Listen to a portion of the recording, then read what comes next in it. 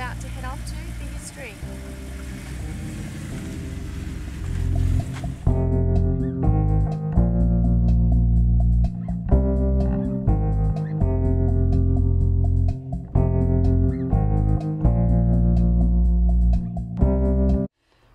Hi, Lisa Defazio here. Have you got a minute? Because I'd love you to come and experience this incredible place called The History, which has been started by Mary and Rex. Rex is busy getting things ready, but I'd like to introduce you to Mary. Hi Lisa. How are you going? Very well, thank you.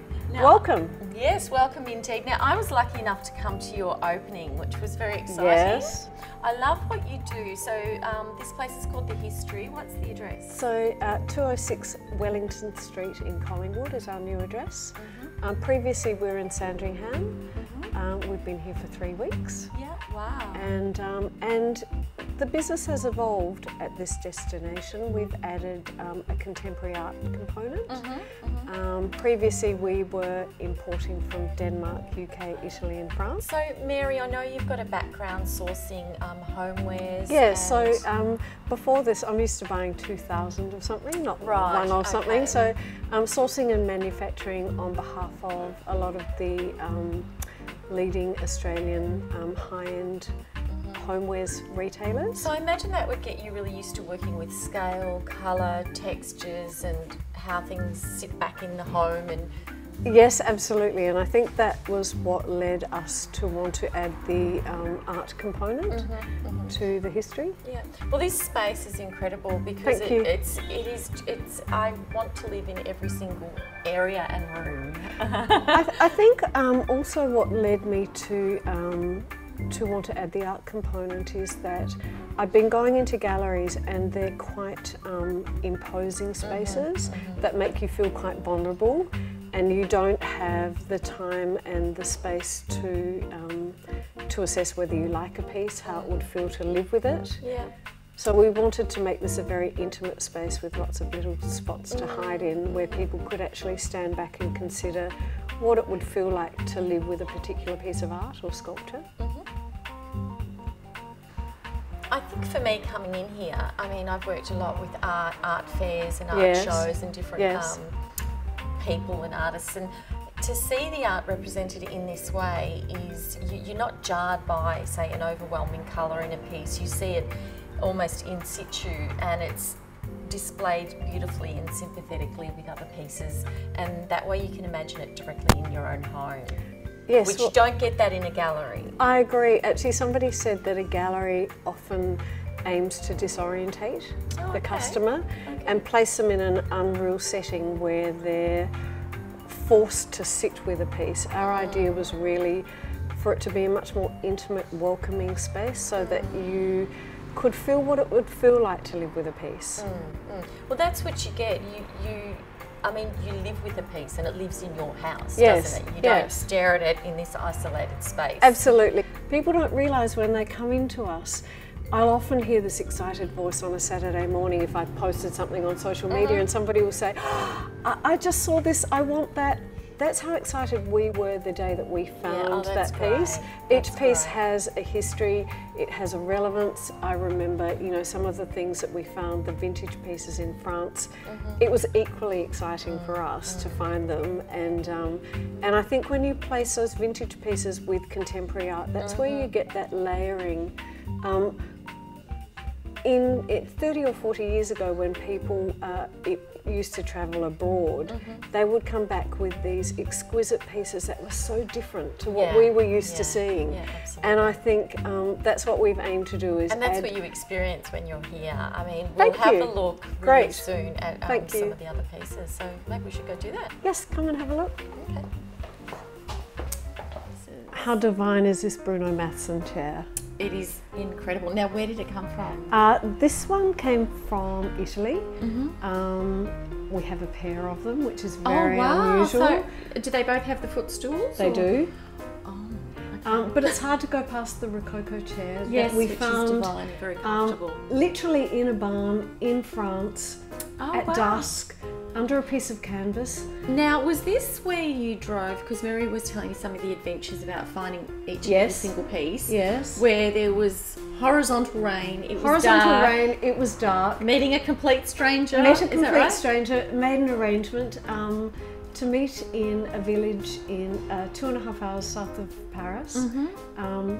Apparently the only meeting place was a churchyard, and 4:30 the back door opened in Port Jean-Louis. So you're in a car in the middle of nowhere. In a car in the middle of nowhere.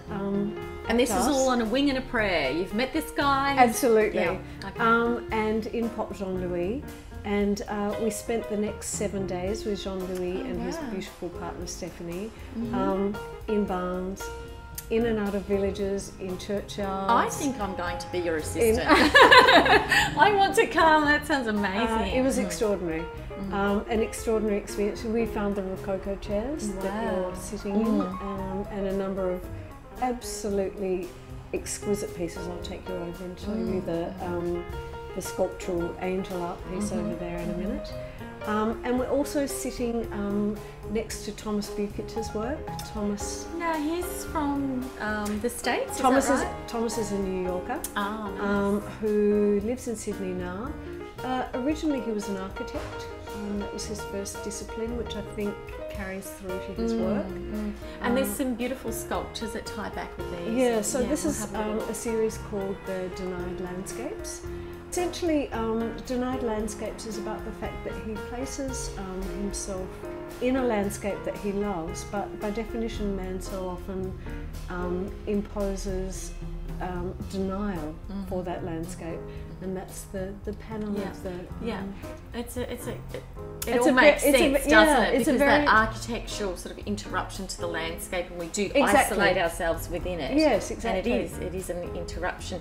Now, Mary, look, I do love good taste. Yes. But there's a little bit of fabulousness happening behind you in the guise of these amazingly huge... Now, you've got two of them. Yes.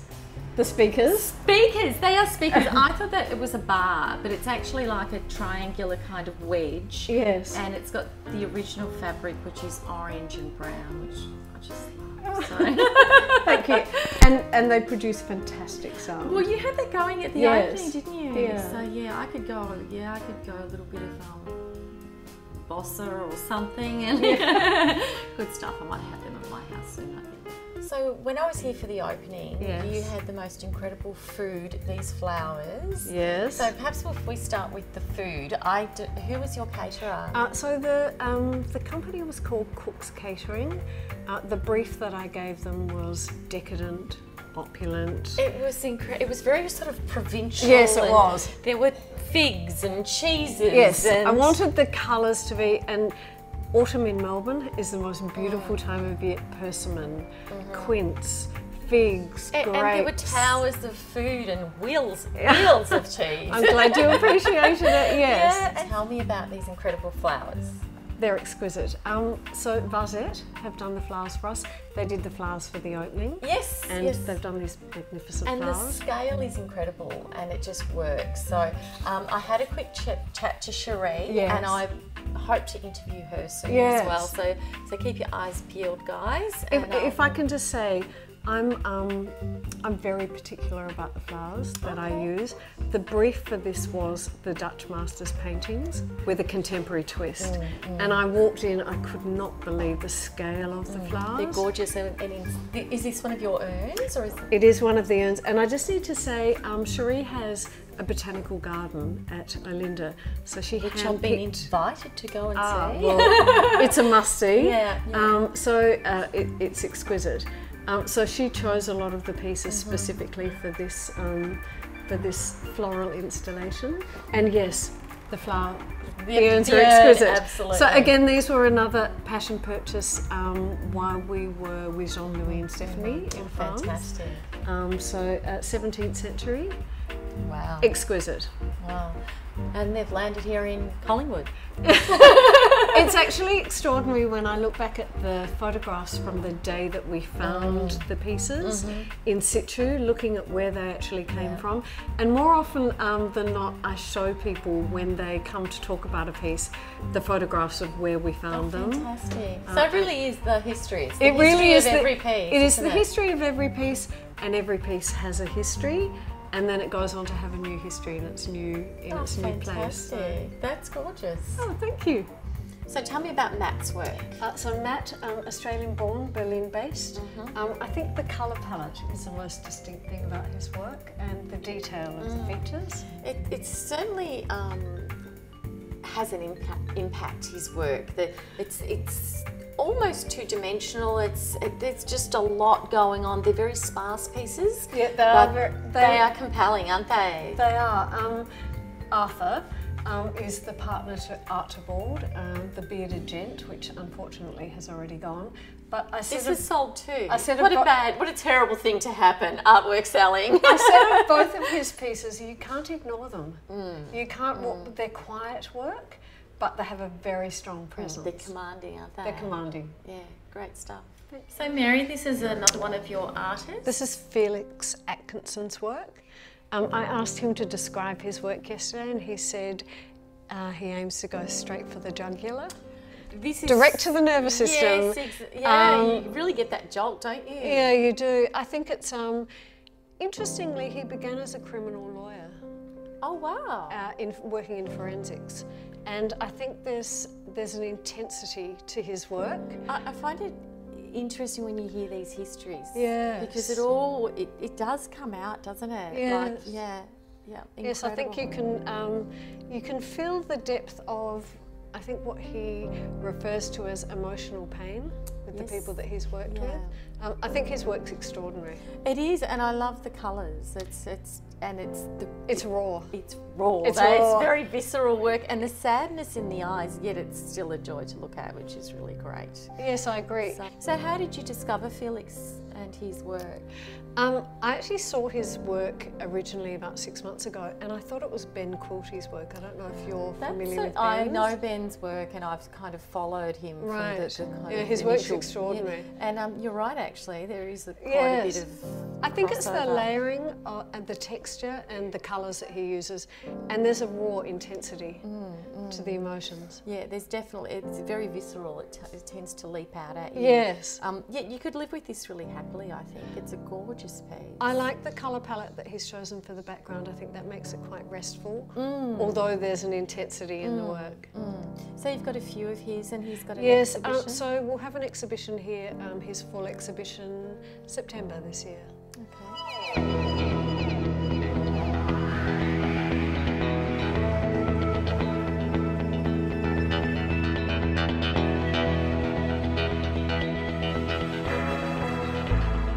So your work, do you find that you work from, do you have a concept behind what you're doing, or does it just come to you? Okay, so this series is a series of meditative works. So the concept is they are painted in a meditative state. So for example, I'll meditate for up to an hour beforehand, and then I'll paint as freely as possible without any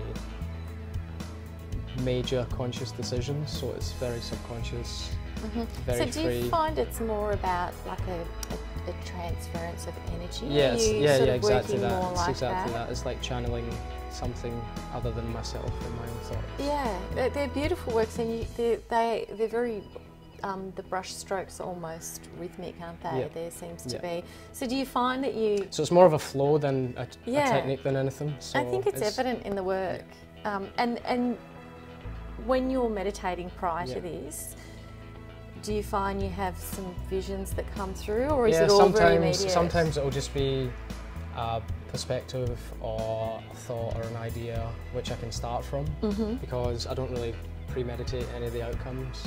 Maybe I'll just have an idea of, for example, I would like one figure in the picture, and then it'll just unfold naturally from there as I get the ideas. So that's great. I'd imagine that you'd actually really enjoy the process, because I know a lot of artists and a lot of artists get really uptight about they have this particular, and it's very, and they'll agonise over it, whereas for you it's more just a joyous Yep. I don't know, like you produce it's that more natural. haze. It's more natural, less forced. Yeah. And I think it shows in the work as well. It doesn't look too. Well, there's an energy. You can feel the energy Looks, from it. So, you're based in Australia, is that correct? Based in Melbourne. Been here for a year now.